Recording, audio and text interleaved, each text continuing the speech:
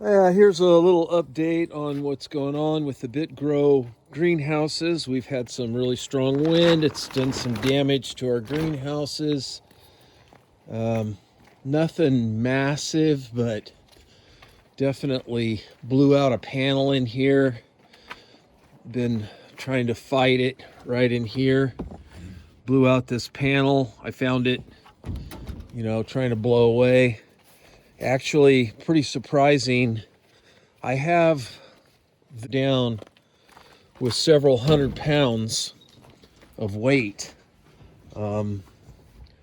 which I actually wish I had more. But you can see right here, this is where the greenhouse used to be, and it blew it forward a good 2 or 3 inches.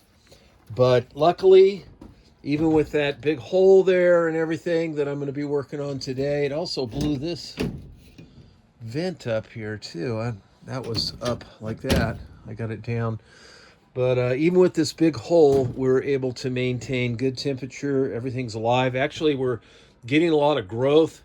That plant there, you might remember, was only a few inches about a month and a half ago. So we are getting some growth in here, trying to get things back into order. But that's where we're at.